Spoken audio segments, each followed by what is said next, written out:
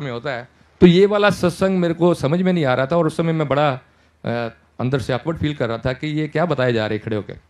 और बीच में एक ऐसी भी आवाज़ आई कि मन में कि यार ये गुरुजी का मार्केटिंग डिपार्टमेंट तो नहीं है।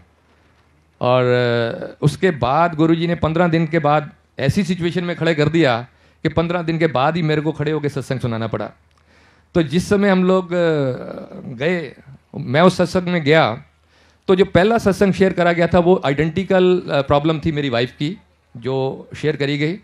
एक यंग लेडी थी, उनकी यही प्रॉब्लम थी, सर्जरी के लिए लाइन अप थी, किसी वजह से सर्जरी रुक गई, नहीं हुई। दोबारा जब सर्जरी के लिए गए तो कह रहे कौन सी सर्जरी, आपका तो सिस्ट है ही नहीं है, सिस्ट इज़ ओवर। मैंने घर आके वापस बात करी, हमने ऑल्टरनेट डॉक्टर्स के साथ सलाह मशवरा शुरू करा।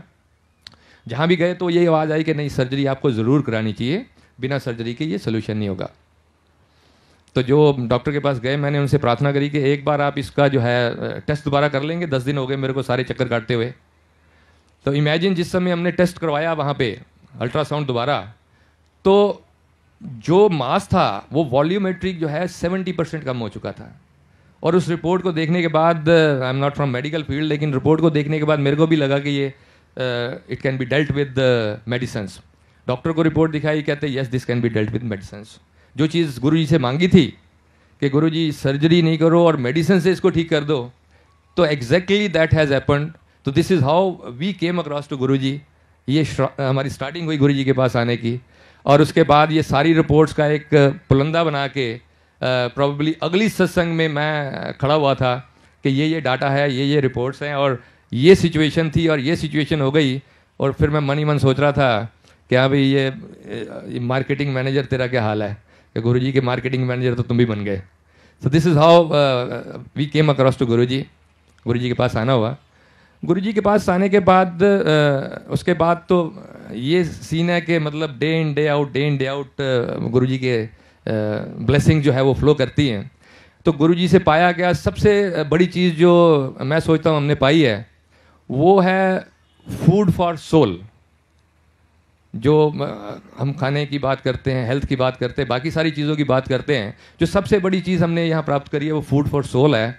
कि जो आत्मा के लिए जो भोजन है वो यहाँ आके जो प्राप्त होता है, और जो मन की शांति है, जो हैप्पीनेस है, ये सारी चीज़ें जो हमें यहाँ आके प्राप्त हुई, वो प्रॉब्ली बाकी चीज़ें जिसमें हम लोग हेल्थ, वेल्थ और रिलेशनशिप और बाकी सारे डोमेन को गिनते हैं, मैं इन सब में से सबको ऊँचा मानता हूँ। तो this is what we have got after coming to Guruji.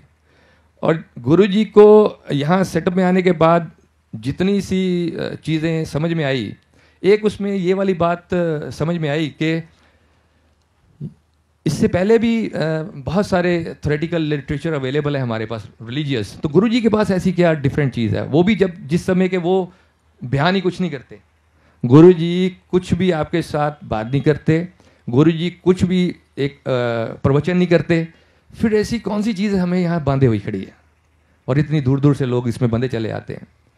So what I realise कि ये वो चीज़ है कि लिटरेचर और सब चीज़ अवेलेबल, और गुरुजी के एक थ्योरेटिकल चीज़ें अवेलेबल हैं और उनकी प्रैक्टिकल वर्कशॉप है, practical workshop for bolstering of the faith, कि जो हमारा फेथ को बोल्स्टर किस ढंग से वो करते हैं, ये प्रैक्टिकली बैठा के 3-4 घंटे शब्द कीर्तन सुना के सो किस ढंग से वो उसको बोल्स्टर करते हैं, ये चीज़ मेरे को जो मोटे तौर पे समझ आई। और अगर मैं बोलूँ कि थ्योरेटिकल, तो यहाँ आने से पहले मैंने 6 महीने लगा के मेडिटेशन करना सीखा था, थ्योरी ऑफ मेडिटेशन और कैसे करते हैं ये सब करा।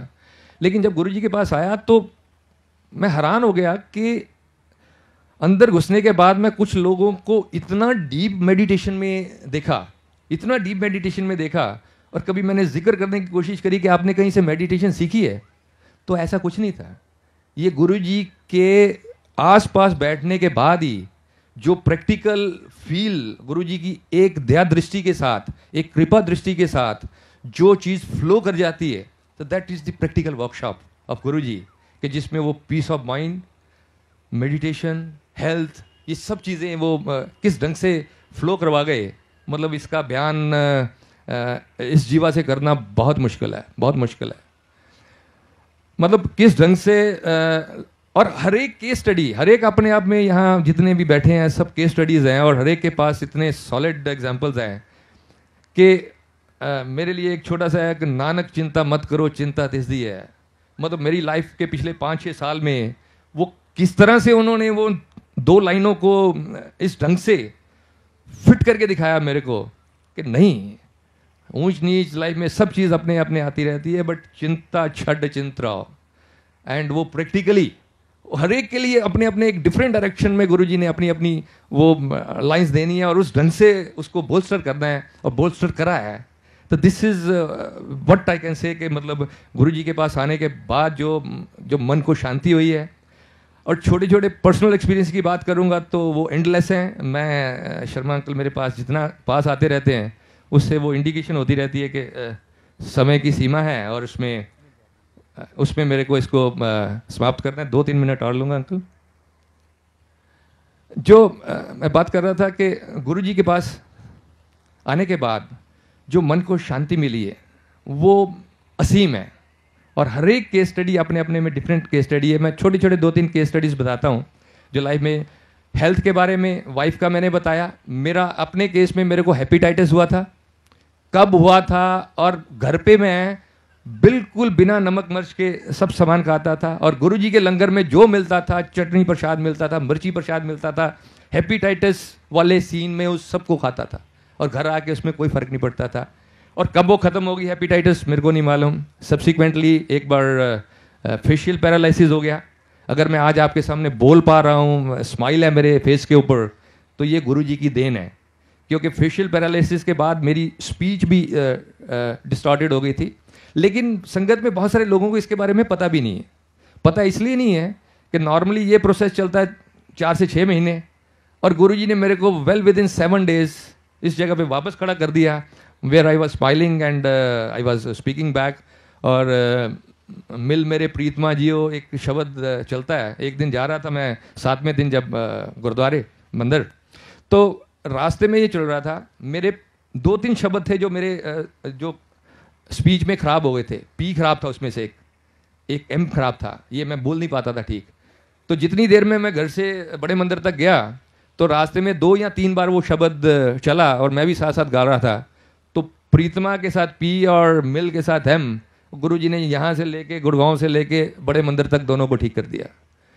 सो ये है अबाउट हेल्थ, राइट। वेल्थ तो जिस औकात में हम गुरुजी के पास आए थे उससे फार फार फार फार बेटर औकात में है।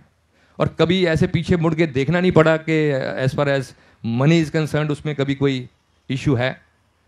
फैमिली, बच्चों का कैरियर, बिटिया गुरुजी की कृपा से पायलट हो गई है, गुरुजी ने ब्लेस करा था।